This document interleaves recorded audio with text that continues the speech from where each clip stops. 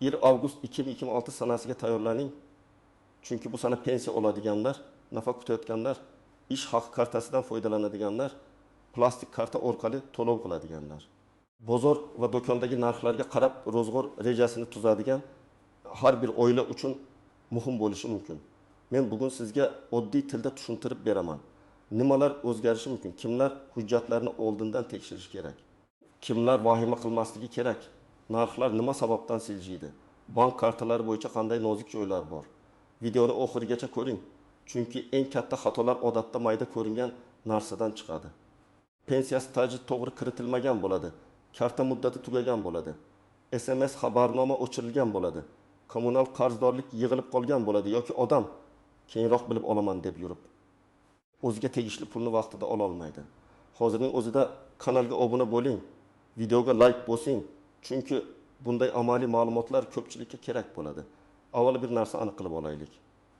1 avgust degan sana ko'pincha yangi tartiblar kuchga kiradigan, budjet hisob kitoblari qayta ko'riladigan, ayrim to'lovlar indeksatsiya qilinadigan yoki bank tizimidagi texnik talablar yangilanadigan davrga to'g'ri keladi.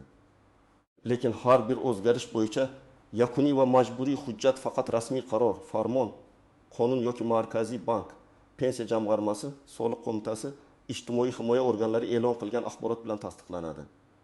Men ekspert sifatida sizga shuni aytaman. Eng xavfli narsa o'zgarishning o'zi emas, balki odamlarning mish-mish bo'yicha harakat qilishi. Oldin ko'pchilik pensiya, nafaqa, karta va narx masalasida faqat bitta narsaga qarardi. Pul tushdimi yoki yo'qmi? Agar tushsa hammasi joyida deb o'ylardi. Lekin hozir tizimlar raqamlashtirilgani sari masala murakkablashdi. Sizning ish stajingiz elektron bazada to'liq ko'rinishi kerak. Plastik kartangiz faol bo'lishi kerak. Bankdagi shaxsiy ma'lumotlaringiz yangilangan bo'lishi kerak. Telefon raqamingiz o'zingizning nomingizda bo'lishi kerak. Ilovalarga kirish parollari xavfsiz saqlanishi kerak. Narxlar bo'yicha ham xuddi shunday. Oldin odamlar bozor qimmatlashibdi deb umumiy gap qilardi. Hozir esa qimmatlashuv bir necha sababdan keladi. Yo'qilg'i xarajati oshadi. Elektr va gaz tariflari o'zgaradi. Import mahsulotlari valyuta kursiga bog'liq bo'ladi. Mavsumiy talab ortadi. Logistika xarajati ko'payadi. Shuning uchun 1 avgustga tayyorlanish degani faqat pensiya yoki karta tekshirish emas. Bu oilaviy budjetni qayta ko'rib chiqish degani hamdir. Eng avvalo pensiya oluvchilar haqida gaplashamiz. Agar siz yoshga doir pensiya, nogironlik pensiyasi, o'quvchisini yo'qotganlik pensiyasi yoki ijtimoiy nafaqa olsangiz, 1 avgust oldidan 3 ta narsani tekshirishingiz kerak. To'lov miqdori, to'lov keladigan karta yoki hisob raqami, hujjatlaringizdagi ma'lumotlarning mosligi. Masalan, opa-o'g'lim 4 yoshda har oy pensiyasini bank kartasiga oladi. U kartasining amal qilish muddatiga e'tibor bermagan.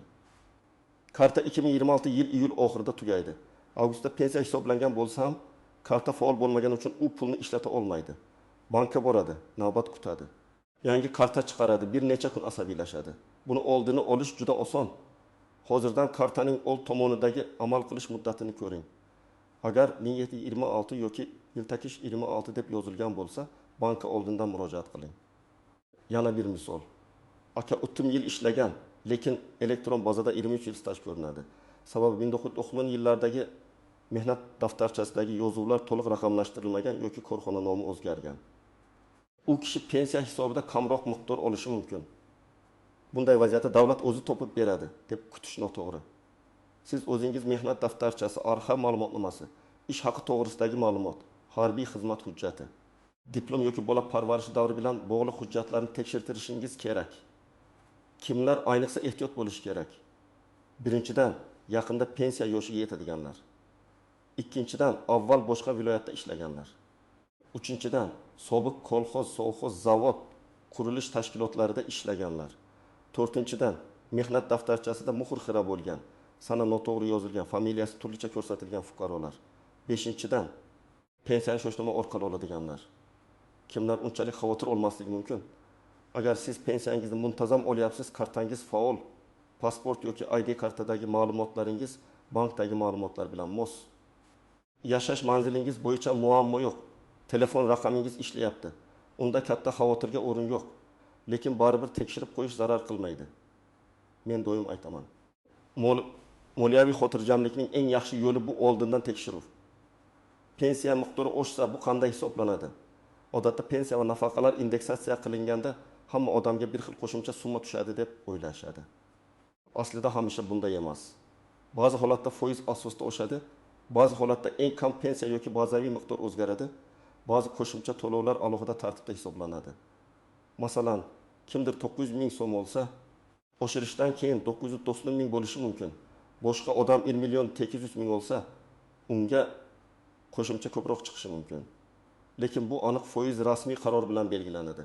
Shuning uchun men sizga maslahat beraman. Falon foiz oshar ekan degan gapni eshitsangiz, darhol rasmiy manbadan tekshiring. Endi eng o'rikli mavzu narxlar. Pensiya yoki oylik oshsa, odamlar endi yengillashamiz deb o'ylaydi. Lekin bozorda narxlar ham harakatga kelishi mumkin. Bu yerda sabablar juda ko'p. Birinchi sabab mavsumiylik. Avgust oyida maktabga tayyorgarlik boshlanadi. Daftar, ruchka, forma, oyoq kiyim, sumka, kitob javon. Sport kiyimi kabi xarajatlar ko'payadi. Masalan, bir oilada 2 nafar maktab o'quvchisi bo'lsa, faqat daftar, ruchka va oddiy o'quv qurollariga 300 mingdan 700 ming so'mgacha ketishi mumkin. Forma va oyoq kiyim qo'shilsa, xarajat bir necha million so'mga chiqadi. Shuning uchun avgustda ayrim tovarlarga talab oshadi. Talab oshsa, ayrim sotuvchilar narxini ko'taradi. Ikkinchi sabab kommunal va transport xarajatlari.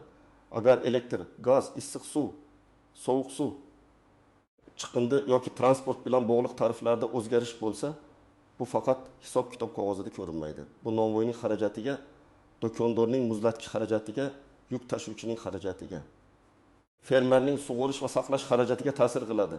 Natijada mahsulot narxiga bosim beradi. Uchinchi sabab valyuta va import. Telefon, maishiy texnika, ayrim dori vositalari, ehtiyot qismlar, kiyim-kechak, qurilish materiallarining bir qismi importga bog'liq. Agar import xarajati oshsa, narx ham o'zgaradi. Bu degani hamma narsa bir kunda qimmatlashadi degani emas. Lekin siz katta xarid rejalashtirayotgan bo'lsangiz, masalan muzlatgich, kir yuvish mashinasi, telefon yoki qurilish materiali olmoqchi bo'lsangiz, avgustdan oldin va keyin narxlarni solishtirib, shoshmasdan qaror qiling. To'rtinchi sabab psixologik qimmatlashuv. Bu juda muhim. Ba'zan rasmiy tarif hali o'zgarmagan bo'ladi, lekin bozorda 1 avgustdan hammasi oshar ekan degan gap tarqaladi. Ayrimlar zaxira qilib oladi. Ayrim sotuvchilar narxni oldindan ko'taradi. Natijada sun'iy talab paydo bo'ladi. Men bunday vaziyatda doim aytaman. Uyga kerak bo'lgan asosiy mahsulotlardan 1 oylik normal zaxira bo'lishi mumkin. Lekin vahima bilan 5 qop un, 10 litr yo'q, keraksiz dori-darmon olib qo'yish to'g'ri emas. Bu pulingizni muzlatib qo'yadi va bozorda narxga bosimni oshiradi. Endi kartalar haqida batafsil gaplashamiz. 1 avgust atrofida bank kartalari bo'yicha 3 turdagi muammo ko'p uchraydi. Texnik yangilanishlar, karta muddati tugashi, firibgarlik xabarlari ko'payishi. Birinchi muammo texnik yangilanish. Banklar va to'lov tizimlari ba'zan xavfsizlik talablarini yangilaydi. Ilova yangilanishi kerak bo'ladi. Karta qayta faollashtiriladi. PIN kod bilan bog'liq tasdiqlash so'raladi. Ayrim operatsiyalar vaqtincha cheklanadi. Oddiy odam buni ko'rib qo'rqadi. Kartam blok bo'lib qoldimi deb o'ylaydi. Bunday vaziyatda eng to'g'ri yo'l bankning rasmiy ilovasi, rasmiy kol markazi yoki bank bo'limi orqali tekshirish. Telegramdagi noma'lum akkauntga karta raqami, amal qilish muddati, CVV kodi, SMS kodi yubormang. Ikkinchi muammo karta muddati, ko'pchilik karta muddati tugaganini pensiya, ish haqi yoki stipendiya tushadigan kuni bilib qoladi. Agar kartangiz ish haqi kartasi bo'lsa, buxgalteriya bilan ham bog'laning. Agar pensiya kartasi bo'lsa, bank va pensiya jamg'armasi tizimida yangi karta yoki hisob raqami to'g'ri bog'langanini tekshiring. Ayrim hollarda pul eski hisobga tushadi, siz esa yangi kartani ochib kutib o'tirasiz. Keyin bankdan banka, idoradan idoraga yurishga to'g'ri keladi. Uchinchi muammo firibgarlar. Har qanday o'zgarish arafasida firibgarlar faollashadi. Ular 1 avgustdan kartalar almashtiriladi. Pensiya oshirilishi uchun anketa to'ldiring. Kompensatsiya olishingiz uchun SMS kodni ayting. Kartangiz bloklanmasligi uchun ma'lumot yuboring deb yozishi mumkin. Men sizga qat'iy aytaman, hech bir bank xodimi sizdan SMS kod so'ramaydi. Hech bir davlat tashkiloti sizdan Telegram orqali karta paroli so'ramaydi. CVV kodni hech kimga aytmang. Karta old va orqa rasmini yubormang. Agar shubhali holat bo'lsa bosmang. Real hayotiy misol. Bir kishi pensiya qo'shimchasi chiqdi degan xabarni ko'rib havolaga kiradi. Undan karta raqami va SMS kod so'raladi. U kiritadi. Bir necha daqiqada kartasidan 2 million so'm yechib olinadi. Keyin bankka boradi. Lekin o'zi kodni bergani uchun pulni qaytarish qiyinlashadi. Shuning uchun eng yaxshi himoya bu ehtiyotkorlik. Endi ko'pchilik e'tibor bermaydigan nozik joylarga o'tamiz. Birinchi nozik nuqta, hamma o'zgarish bir xil kunda pulingizda ko'rinmasligi mumkin. Masalan, qaror 1 avgustdan kuchga kiradi. Lekin hisob-kitob amalda keyingi to'lov davrida ko'rinadi ekan. Ba'zi to'lovlar qayta hisoblab berilishi mumkin. Ba'zilari esa faqat keyingi oyda aks etadi. Shuning uchun 1 avgust kuni karta balansiga qarab darhol xulosa chiqarmang. Rasmiy to'lov jadvalini tekshiring. Ikkinchi nozik nuqta qarzdorliklar. Agar sizda kredit, aliment, sud ijro hujjati, kommunal qarzdorlik, jarima yoki boshqa majburiy ushlanmalar bo'lsa, tushgan pulning bir qismi ushlab qolinishi mumkin. Odamlar ko'pincha pensiyam kam tushdi deb o'ylaydi. Aslida esa ushlanma bo'ladi.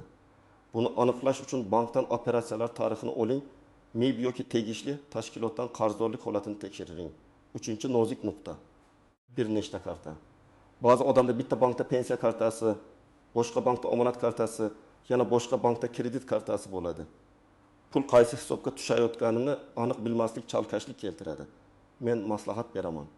Asosiy daromad tushadigan bitta kartani aniq belgilang, uning muddatini, SMS xabarnomasini, ilova kirishini, telefon raqamini tartibga soling. 4-nozik nuqta, ishonchnoma. Keksa ota-onasi o'rniga farzandi pensiya olib beradigan oilalar bor. Ishonchnoma muddati tugagan bo'lsa, to'lovni olishda muammo chiqadi. Notarial ishonchnoma shaxsni tasdiqlovchi hujjat bank talablari oldindan tekshirilsin. Ayniqsa, ota-ona boshqa viloyatda yashasa yoki sog'ligi sababli bankka bora olmasa, bu masalani avgust kelishini kutmasdan hal qiling.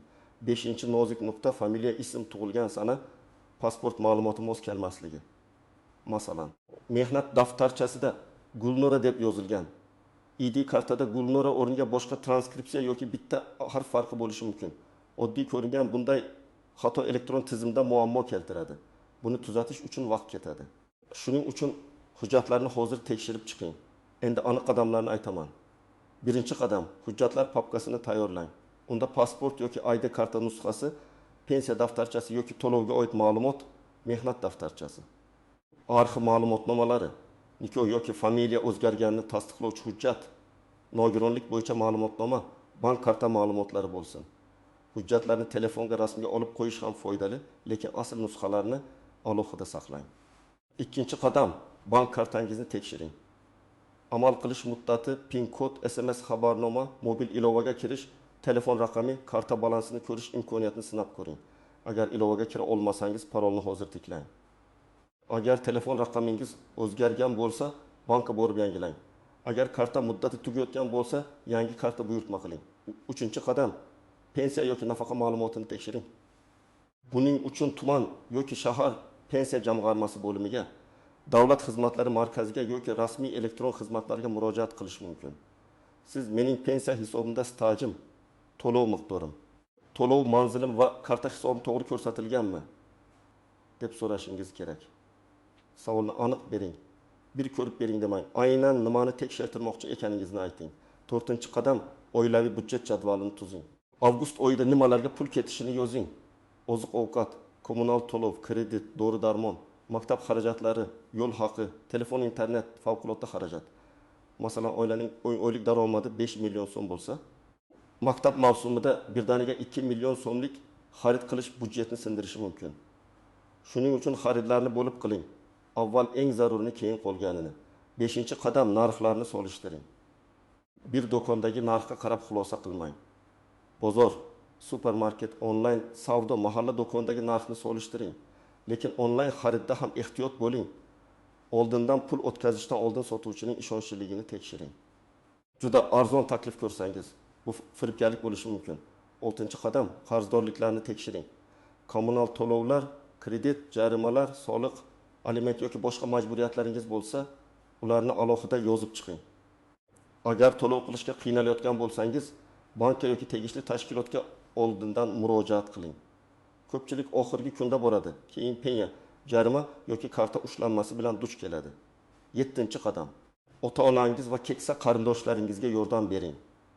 Ular mobil ilova, SMS kod, karta xavfsizligi masalasida qiynalishi mumkin. Ularga tushuntiring, noma'lum odamga kod aytilmaydi, havolaga kirilmaydi, karta rasmiy yuborilmaydi. telefonlariga bankning rasmiy raqamini saqlab qo'ying. Agar ular pensiya oladigan bo'lsa, kartasi muddati va hujjatlarini birga tekshiring. 8-qadam rasmiy axborotni kuzating. Men sizga ekspert sifatida eng to'g'ri yo'lni aytaman. İjtimoiy tarmoqdagi har bir xabarni haqiqat deb qabul qilmang. Rasmiy hukumat portallari, Markaziy bank pensiya jamg'armasi, bankning rasmiy sayti va tasdiqlangan sahifalarini kuzating. Agar yangilikda aniq hujjat raqami sana mas'ul tashkilot ko'rsatilmagan bo'lsa, ehtiyot bo'ling. Demak, 10 avgust 2026 sanasiga tayyorgarlik 3 ta katta yo'nalishdan iborat.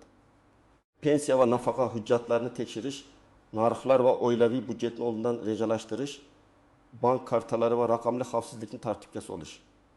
Kim hujjatni oldindan tekshirsa, karta muddatini nazorat qilsa, rasmiy axborotga tayanib ish qilsa, u odatda muammoga kamroq duch keladi.